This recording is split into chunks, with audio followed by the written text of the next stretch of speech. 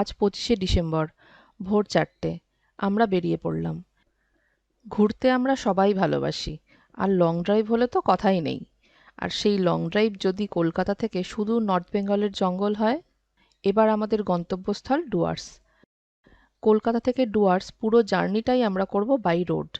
নিজেদের গাড়ি নিয়ে বেরিয়ে পড়েছি, যাতে নিজেদের ইচ্ছে মতো ঘুরে বেড়ানো যায়, যেখানে যখন খুশি যতক্ষণ খুশি সময় কাটানো যায়।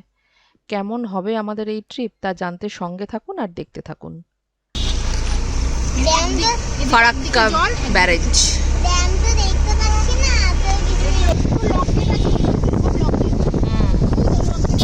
ফারাক্কা খুব সুন্দরভাবে দেখেছি, এখন আর সেই ভিউটা নেই। এটা আমাদের আর্থিক সিস্টেম।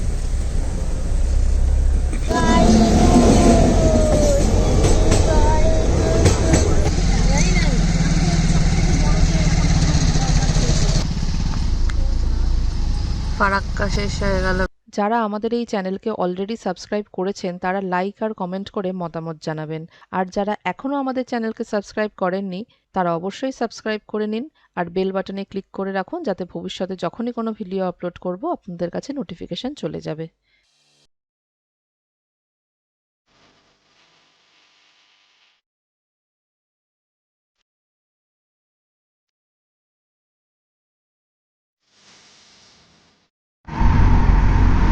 ট্রেন যাচ্ছে, আমরা ট্রেনের সঙ্গে সঙ্গে চলেছি সেম স্পিডে। বাইক থেকে জিনিস পড়ে গেছে, এখন সেই জিনিস ফেরত দেওয়ার জন্য বাইকার খোঁজা হচ্ছে। সেই বাইকার এখন কোথায় ভগবান জানে। এই রাতের অন্ধকারে কিছু বোঝাও যাচ্ছে না, নাম্বার প্লেটও দেখা হয়নি, অথচ তাদের খোঁজা হচ্ছে জিনিস ফেরত দেওয়ার জন্য। আমরা রাস্তা থেকে কুড়িয়ে পেয়েছি। এর আগে দুটো বাইক গেছে, সেগুলো আপনাদের?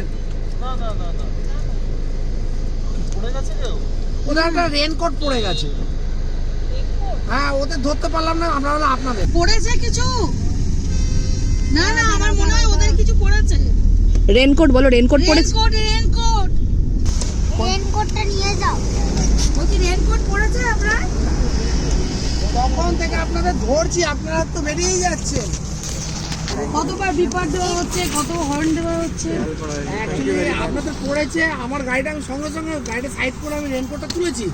তুলে আপনারা এমনভাবে ঢুকছেন, আপনাদের আপার ডিপা দিচ্ছি, হর্ন মারছি, আপনার এদিক ওদিক। আমার তো বড় গাড়ি তো ঢুকতে পারছি না। আমরা বোধহয় 1.5 ঘন্টা পড়বো, পেছন করছি। আপনাদের ফলো করছি। Thank you very much. রাস্তায় যে কত বাইকারদের জিজ্ঞাসা করা হয়েছে। আর তার দু তিন জনকে জিজ্ঞেস করলাম আপনাদের ঢুকছে না। Thank you.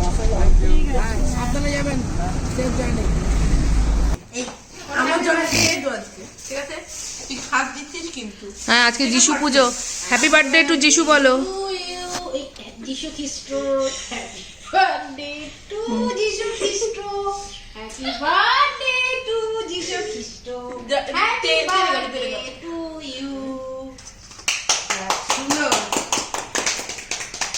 আমরা বড়দিনও সেলিব্রেট করে ফেললাম বাড়ির থেকে এত দূরে। আমরা কাল কলকাতা থেকে শিলিগুড়ি পৌঁছেছিলাম রাত 8টা নাগাদ। শিলিগুড়ির পারো রেসিডেন্সিতে এক রাত স্টে করে আজ সকাল সকাল আমরা বেরিয়ে পড়েছি। শীতের সময় বলে তিস্তা নদীতে জল খুব কম। বর্ষায় বৃষ্টির জলে এই নদী পরিপূর্ণ থাকে। সেবক রোড হয়ে আমরা আগে যাব ভুটানের ফুনসেলিংয়ে। সেখানে কি কি দেখার আছে, ভুটানে প্রবেশ করতে কি কি লাগে, সব বিস্তারিত জানাবো।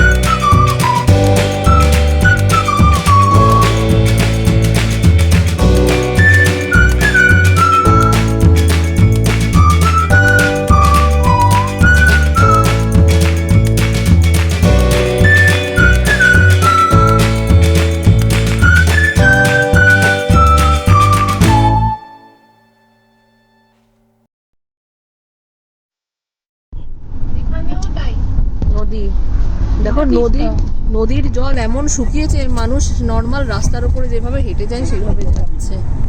ওখানে তো বাইকও চলে গেছে ওই সব বাড়িতে। হ্যাঁ,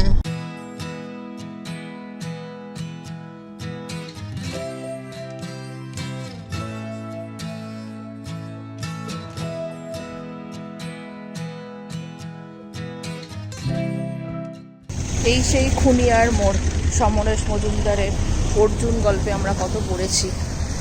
এই হচ্ছে সেই খুনিয়ার মোড়।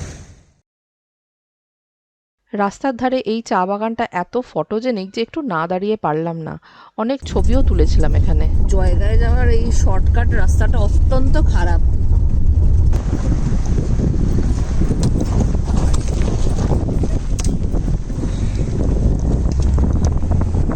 সাংঘাতিক জায়গা।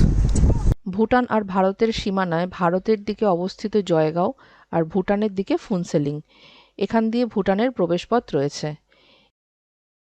এই গেটটা দিয়ে 2022-এর 23শে সেপ্টেম্বরের আগে পর্যন্ত ঢুকতে দেওয়া হতো, কিন্তু এখন পাশেই তৈরি পেডেস্ট্রিয়ান টার্মিনাল দিয়ে ঢুকতে হয়। 2022-এর 23শে সেপ্টেম্বরের পর থেকে এসডিএফ বা সাস্টেনেবল ডেভেলপমেন্ট ফিজ ভুটানের রয়্যাল গভর্নমেন্ট ভুটান ভ্রমণকারী সকল পর্যটকদের জন্য ধার্য করেছে। প্রতিদিন প্রতিজন 1200 টাকা। তবে এই মূল্য ভারত ছাড়া অন্যান্য দেশের জন্য আরও বেশি। তবে যারা এক রাতের জন্য ফুনসেলিংয়ে থাকতে চাইবেন তাদের এসডিএফ চার্জ দিতে হবে না। 24 ঘন্টার মধ্যে এন্ট্রি আর এক্সিট হলে কোনো এসডিএফ লাগবে না। তবে যতবার ঢুকবেন ততবার 10 টাকা করে লাগবে। আমরা যেমন বিকেল 3টে নাগাদ পৌঁছেছিলাম শুধু ফুনসেলিংয়ে একটু সাইট সিন করবো বলে, তাই তার জন্য এই পেডেস্ট্রিয়ান টার্মিনাল থেকেই জনপ্রতি 10 টাকার বিনিময়ে পারমিট করিয়ে নিলাম। পারমিট করাতে পাসপোর্ট কিংবা ভোটার কার্ড লাগবে। আধার কার্ড আর প্যান কার্ড এখানে চলে না। 18 বছরের ছোট বাচ্চাদের ক্ষেত্রে বার্থ সার্টিফিকেট অথবা পাসপোর্ট লাগবে। পথ চলা শুরু হতেই বুঝতে পারলাম সত্যিই অন্য দেশে চলে এসেছি।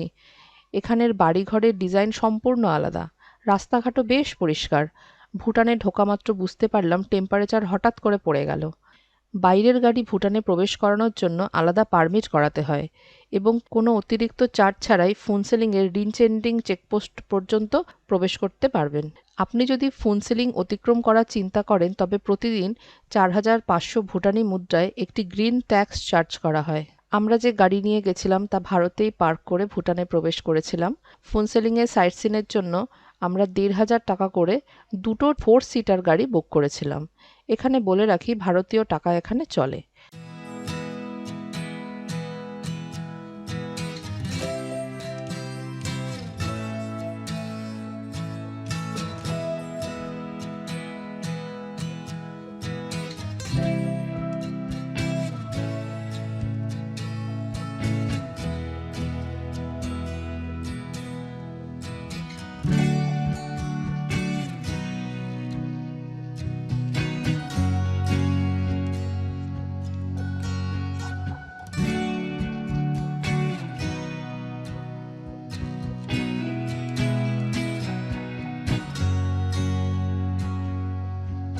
আমরা প্রথমেই চলে এলাম কারবান্দি মোনাস্ট্রি। এখানের প্রবেশ মূল্য 1000 টাকা। কোভিডের আগে এখানে ঢুকতে কোনো মূল্য লাগতো না। 1967 সালে রয়্যাল গ্র্যান্ডমাদার আসি ফুনসো চোড্রন দ্বারা নির্মিত এই মোনাস্ট্রির পাশেই রয়েছে তার শীতকালীন বাসভবন। এই মোনাস্ট্রির চাতাল থেকে ভারত ও ভুটানের সীমানা ও দুই দেশের বিস্তৃত অঞ্চল দেখা যায়। এই দেখো, আমার হাত ধরে থাকবে, দৌড়াদৌড়ি করবে না। এখানে কিন্তু পাঁচিল নেই। হ্যাঁ, নিচে যে পাঁচিলটা দেখা যাচ্ছে সেটাই বর্ডার। আমরা সূর্যাস্তের কিছু সময় আগেই এখানে পৌঁছালাম, তাই দারুণ একটা ভিউ উপভোগ করতে পারছি।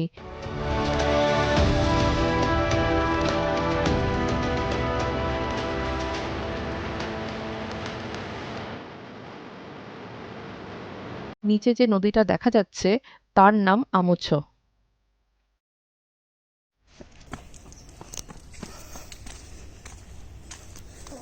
ওপরে আমরা মোনাস্ট্রি দেখতে যাচ্ছি বাবা। চলো ওপরে চলো, দৌড়ে দৌড়ে আমরা একটু মোনাস্ট্রি দেখে আসি।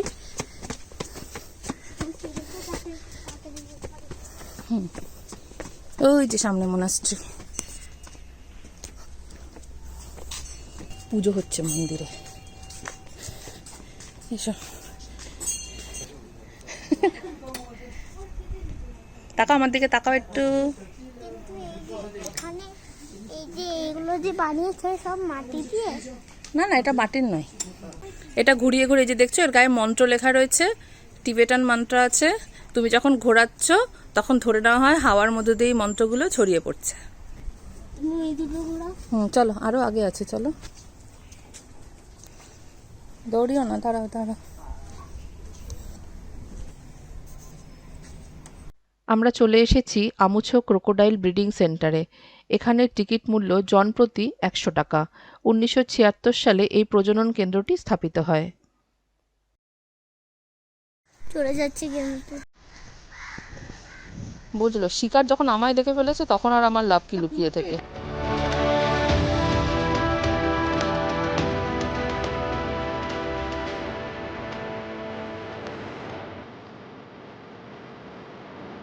আমরা এখন এসে পৌঁছেছি পালদেন তাসি চলিং শেদ্রাতে। এই মনাস্ট্রিটা ভীষণ সুন্দর দেখতে। এখান থেকে আশেপাশের ভিউটা খুব সুন্দর দেখা যায়। এখানে জনপ্রতি 50 টাকা প্রবেশ মূল্য। 2014 সালে নির্মিত এই মনাস্ট্রিটি আসলে একটি বৌদ্ধ সন্ন্যাসীদের স্কুল। 6 থেকে 25 বছর বয়সী প্রায় 70 জন শিক্ষার্থী আছে এখানে।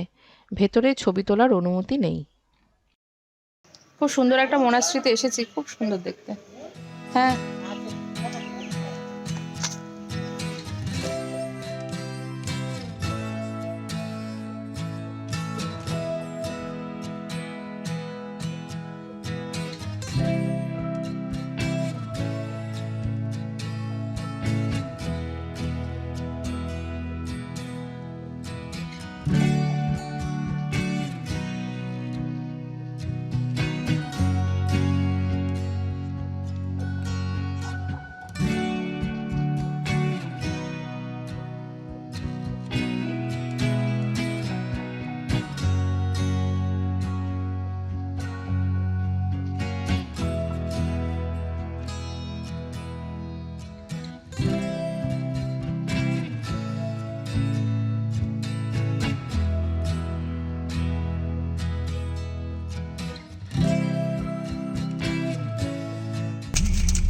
ট্রেন দেখতে গেছে।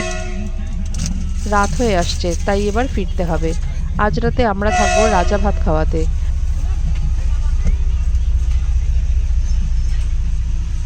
আস্তে আস্তে এসছে, দেখো ট্রেনটা কি নতুন ঝা চকচকে ইঞ্জিন গো, মালগাড়ি, এই জন্যই এত আস্তে এসছে।